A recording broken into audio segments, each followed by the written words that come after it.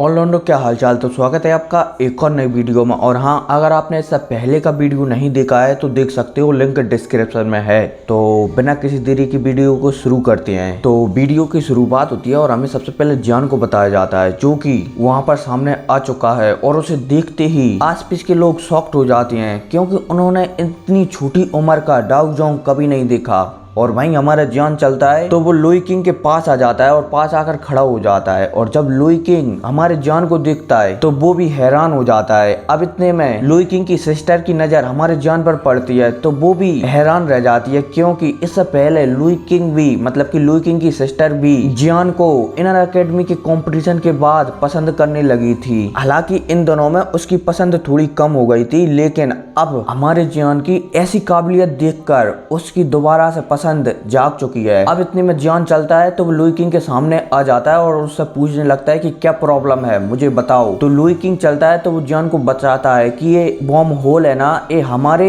या फिर इस सामने वाले क्लैन के कब्जे में रहता है। हालांकि ये बॉम्ब होल ना ही हमारा है और ना ही चेन क्लैन का, इसे तो बर्निंग फ्लेम वैली ही कंट्रोल करती है, ये उसी का है। खैर ये सब बात छोड़ो, मुझे बताओ जियान कि तुम यहाँ क्यों आए हो। और भाई लुई किंग की इस बात पर हमारा जियान कहता है कि मुझे सेंटर फ्लेम में जाना है, मतलब कि पिल टावर के कंपटीशन के लिए जाना है, इसलिए मैं इस बॉम्ब होल का इस्तेमाल करने के लिए यहाँ पर आया हूँ। और भाई जब लुई किंग हमारे जियान की ऐसी बातें सुनता है तो वो वहाँ पर कहने लगता है कि तुम टेंशन मत लो, मैं तुम्हें इस बॉम्ब होल से पिल रीजन में भेज दूंगा। लेकिन इतने में हमारा जियान लुई किंग से कहता है कि लुई किंग क्या तुम्हें कोई दिक्कत है जो तुम इतना परेशान हो रहे हो। और लुई किंग हमारे जियान की इस बात पर कहता है कि नहीं, बस एक छोटी सी प्रॉब्लम है, तुम बीच में मत पड़ो, मैं इसे हैंडल कर लूंगा। ये चेन क्लैन है ना, ये बहुत ही ज्यादा पावरफुल है, इसलिए इससे तुम्हें फ्यूचर में प्रॉब्लम हो सकती है। लेकिन इस बात पर जियान कहता है उस समय तुमने मेरी बहुत ही मदद की थी जीमा एम्पायर में मिस्ट्री क्लाउड से लड़ने में, तो अब मैं तुम्हारी मदद क्यों ना करूं। लेकिन लुई किंग जियान को समझाता है कि ये मिस्ट्री क्लाउड नहीं है, बल्कि मिस्ट्री क्लाउड से भी कई गुना ज्यादा पावरफुल है, इसलिए तुम चेन क्लैन से परेशानी उपलब्ध नहीं कर सकते। लेकिन इतने में लिनलियान चलता है तो वो आगे आ जाता है और आगे आकर लुई किंग से कहता है कि तुम किसकी बात कर रहे हो, इस कीड़े की बात। जियान ने तो थोड़े दिनों पहले ही लुई जोंजे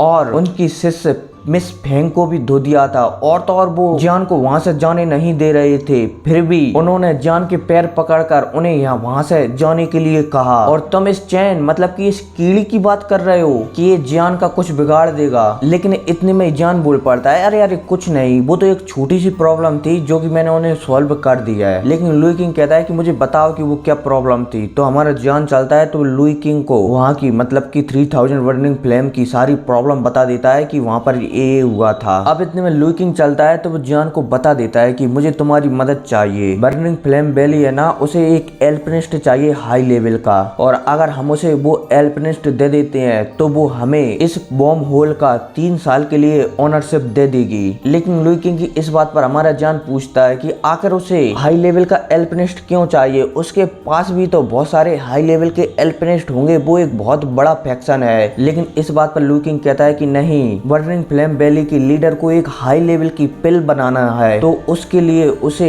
एक हाई लेवल का एल्पिनिस्ट चाहिए, और जैसे ही हम उसे एक हाई लेवल का एल्पिनिस्ट दे देंगे तो वो हमें 3 साल के लिए इस बॉम्ब होल की ओनरशिप दे देगा। और भाई यह सुनकर हमारा जियान भी समझ जाता है कि उन्हें हाई लेवल का एल्पिनिस्ट क्यों चाहिए। अब इतने में हमारे जियान की नजर आसमान में खड़े हुए एक बुड्ढे पर पड़ती है, और ये बुड्ढा और कोई नहीं बल्कि ची हाउ होते हैं। हालांकि हमारा जियान यहाँ पर समझ जाता है कि ये बुड्ढा एक डाउ जोंग लेवल का वॉरियर है। अब इतने में हमारा जान कहता है उस बुड्ढे से कि ठीक है, लुओ क्लैन इस बॉम्ब होल की ओनरशिप चेन क्लैन को देने के लिए तैयार है, लेकिन मैं देखना चाहता हूँ कि चेन क्लैन ने कितने पावरफुल एल्पिनिस्ट को आपको देने के लिए चुना है, जो आप लियो क्लैन से एक बॉम्ब होल छीन रहे हो। और भाई वो बुड्ढा हमारे जान को देखते ही समझ जाता है कि इस बच्चे का टैलेंट कितना ज्यादा है, इसलिए वो कहता है कि ठीक है। अब इतने में वो बुड्ढा चलता है तो वो चेन क्लैन से कहता है कि उस एल्पिनिस्ट को बताओ जो तुम हमें देना चाहते हो। तो इतने में चेन क्लैन का मतलब कि जो बंदा आया हुआ था ना चेन क्लैन की ओर से, वो सामने आ जाता है और कहता है कि ठीक है। और यह कहती वो एक इशारा करता है जिससे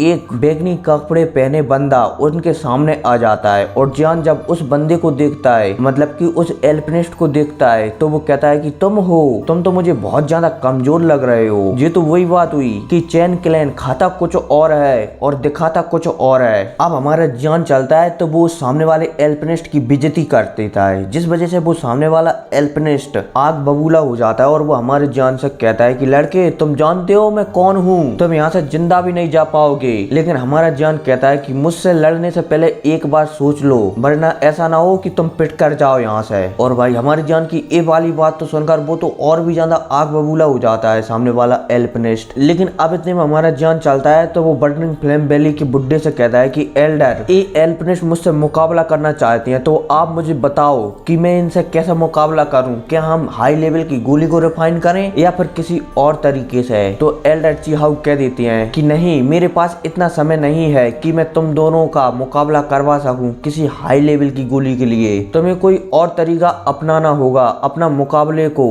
करने के लिए। तो एल्डर हाउ कहती हैं, मतलब कि हाउ ची कहती हैं कि तुम ऐसा क्यों नहीं करते, तुम स्पिरिचुअल रैंड मतलब कि आत्माओं की शक्ति से मुकाबला क्यों नहीं करते। और भाई ऐसी बातें सुनकर हमारा जान और वो सामने वाला एल्पिनिस्ट बात मान जाते हैं कि ठीक है। लेकिन इतने में वो सामने वाला एल्पिनिस्ट कहता है कि लड़के, अगर तुमने मुझे एक कदम भी खिसका दिया अपनी जगह से तो मैं ये मुकाबला हार जाऊंगा, मतलब कि मैं हार मान लूंगा। और भाई जब हमारा जान उस एल्पिनिस्ट की ऐसी बात सुनता है तो वो हमारा जान वहां पर समझ जाता है कि एल्पिनिस्ट वास्तव में बहुत ही पागल है जो अपने आप पर इतना घमंड करता है। लेकिन अब इतने में हमारा जान चलता है तो वो उस सामने वाले एल्पिनिस्ट से कहता है कि पहला हमला तुम करोगे या फिर मैं। तो वो सामने वाला एल्पिनिस्ट कहता है कि बच्चे तुम छोटे हो इसलिए पहला हमला तुम करो। तो हमारा जान उससे पूछता है क्या तुम पक्का चाहते हो कि पहला हमला मैं करूं? तो वो एल्पिनिस्ट कह देता है कि हाँ बच्चे तुम करो, तुम छोटे हो। तो हमारा जान चलता है तो वो अपने हाथों को हिलाता है, मतलब कि अपनी आत्माओं की शक्ति को, स्पिरिचुअल शक्तियों को बाहर निकालता है। और बाहर निकालते ही मतलब कि जैसे ही आसपास के लोग हमारे जान की स्पिरिचुअल शक्तियों को इतनी मात्रा में देखते हैं तो वो शॉक्ड हो जाते हैं। यहाँ तक कि हाउ ची मतलब कि बर्निंग फ्लेम वैली के बुड्ढा भी वो शॉक्ड हो जाता है, क्योंकि उन्होंने इससे पहले इतना पावरफुल स्पिरिचुअल स्ट्रेंथ मतलब कि आत्माओं की शक्तियों को कभी नहीं देखा। और तो और हमारे जान की ऐसी शक्तियों को देखकर मतलब कि ऐसी स्पिरिचुअल शक्तियों को देखकर शॉक्ड हो जाता है। अब इतने में हमारा जान चलता है तो वो अपना हाथ हिलाता है और उसके हाथ हिलाते ही उसकी सारी स्पिरिचुअल शक्तियां उस सामने वाले एल्पिनिस्ट के पास जाने लगती हैं। अब इतने में सामने वाला एल्पिनिस्ट दिखता है कि बहुत सारी स्पिरिचुअल शक्तियां उससे टकराने के लिए आ रही हैं। तो वो भी अपनी स्पिरिचुअल शक्तियों को बाहर निकालता है और बाहर से अपने शरीर के ऊपर एक कवच चढ़ा लेता है, मतलब कि कवच बना लेता है चारों तरफ। अब इतने में जान की शक्तियां उस कवच से जाकर टकराती हैं और जैसे ही हमारे जान की शक्तियां उस कवच से टकराती हैं तो वो कवच टूट जाता है और कवच के टूटती वो शक्तियां सीधे उस एल्पिनिस्ट से टकराती हैं। और जैसे ही वो शक्तियां एल्पिनिस्ट से टकराती हैं तो एल्पिनिस्ट वहां से उड़ता हुआ पीछे जान कर पड़ता है धाक। और वो वहां पर सोचने लगता है कि ये तो एक रैंक 7 का एल्पिनिस्ट है। हालांकि हमारे जान ने यहाँ पर अपनी पूरी शक्तियों को रिलीज नहीं किया था, मतलब कि पूरी आत्माओं को शक्तियों को नहीं बताया था। उसने सिर्फ उतनी ही शक्तियों को बाहर निकाला था जिससे कि वो सामने वाला एल्पिनिस्ट दूर हो जाए, मतलब कि हार जाए। अब इतने में लुई किंग को बताया जाता है जो कि वहां पर मन में सोच रहा होता है कि जान इतना ज्यादा पावरफुल हो चुका है मात्र 2 सालों में कि वो एक रैंक 7 का एल्पिनिस्ट बन गया है। और तो और जो लुई किंग के पीछे 2 बुड्ढे खड़े हुए थे वो भी शॉक्ड हो जाते हैं कि लुई किंग का फ्रेंड एक रैंक 7 का एल्पिनिस्ट है। अब इतने में हमारा जान चलता है तो वो एल्डर हाउची से पूछने लगता है कि एल्डर आप मुझे बताइए कि हम दोनों में से कौन जीता है या फिर हमें दोबारा से मुकाबला करना है। तो एल्डर हाउची समझ जाते हैं कि ये जान एक रैंक 7 का एल्पिनिस्ट है, इसलिए अगर ये दोबारा से मतलब कि दोबारा से अगर इन दोनों के बीच कॉम्पिटिशन हुआ तो जान बहुत ही आसानी से उस रैंक 6 के एल्पिनिस्ट को हरा देगा। अब इतने में बर्निंग फ्लेम वैली का वो बुड्ढा वहां पर कहता है कि लुई किंग आज से 3 साल के लिए ये बॉम्ब होल तुम्हारे कंट्रोल में है, तुम इसके साथ जो करना चाहो वो कर सकते हो। और वहीं चैन क्लैन का वो बंदा जो यहाँ पर आया हुआ था, जब एल्डर मतलब कि उस बुड्ढे की बात सुनता है तो वो गुस्से के मारे पागल हो जाता है। लेकिन वो अपना गुस्सा ना ही जान पर निकालता है और ना ही लुई किंग पर, क्योंकि वो जानता है कि जान एक रैंक 7 का एल्पिनिस्ट है जो कि बहुत ही ज्यादा पावरफुल होता है और लुई किंग पर वो अभी गुस्सा निकाल नहीं सकता, क्योंकि बर्निंग फ्लेम वैली का बुड्ढा यहाँ पर उपलब्ध है, इसलिए वो अपने गुस्से को वहीं पर दबा लेता है। अब इतने में एल्डर मतलब कि बर्निंग फ्लेम वैली का बुड्ढा है वो नीचे आता है और हमारे जान के पास आकर खड़ा हो जाता है और हमारे जान से पूछता है कि मुझे बताओ कि तुम्हारे टीचर कौन है। तो इस बात पर हमारा जान कहता है कि नहीं, मेरे टीचर तो एक पहाड़ पर रहते हैं जो कि बहुत ही नॉर्मल इंसान है, वो तो अपनी जड़ी बूटियां बेचकर अपना पेट पालते रहते हैं, इसलिए आप उन्हें बिल्कुल भी नहीं जानते होगे। अब इतने में ये बर्निंग फ्लेम वैली का बुड्ढा कहता है कि खैर वो सब बात छोड़ो, मुझे अपना नाम बताओ, अपना नाम क्या है, मतलब कि जान तुम्हारा नाम क्या है। तो हमारा जान भी यहाँ पर अपना दूसरा नाम बता देता है कि हालांकि यहाँ पर हमारे जान की ऐसी बातें सुनकर बर्निंग फ्लेम वैली का वो बुड्ढा समझ जाता है कि जान ने अपना ओरिजिनल नाम उसे नहीं बताया है, यहाँ तक कि उसके गुरु के बारे में भी वो झूठ बोल रहा है। लेकिन बर्निंग फ्लेम वैली का वो बुड्ढा कुछ भी नहीं कर सकता था, इसलिए वो जान से बहुत ही प्यार से बात कर रहा होता है। भले ही वो बर्निंग फ्लेम वैली का एक बुजुर्ग हो, लेकिन उसे भी जान से बहुत अच्छे से बात करनी होगी। और फिर इसी के साथ ये एपिसोड खत्म हो जाता है। तो मिलते हैं अगले वीडियो में, तब तक के लिए टेक केयर एंड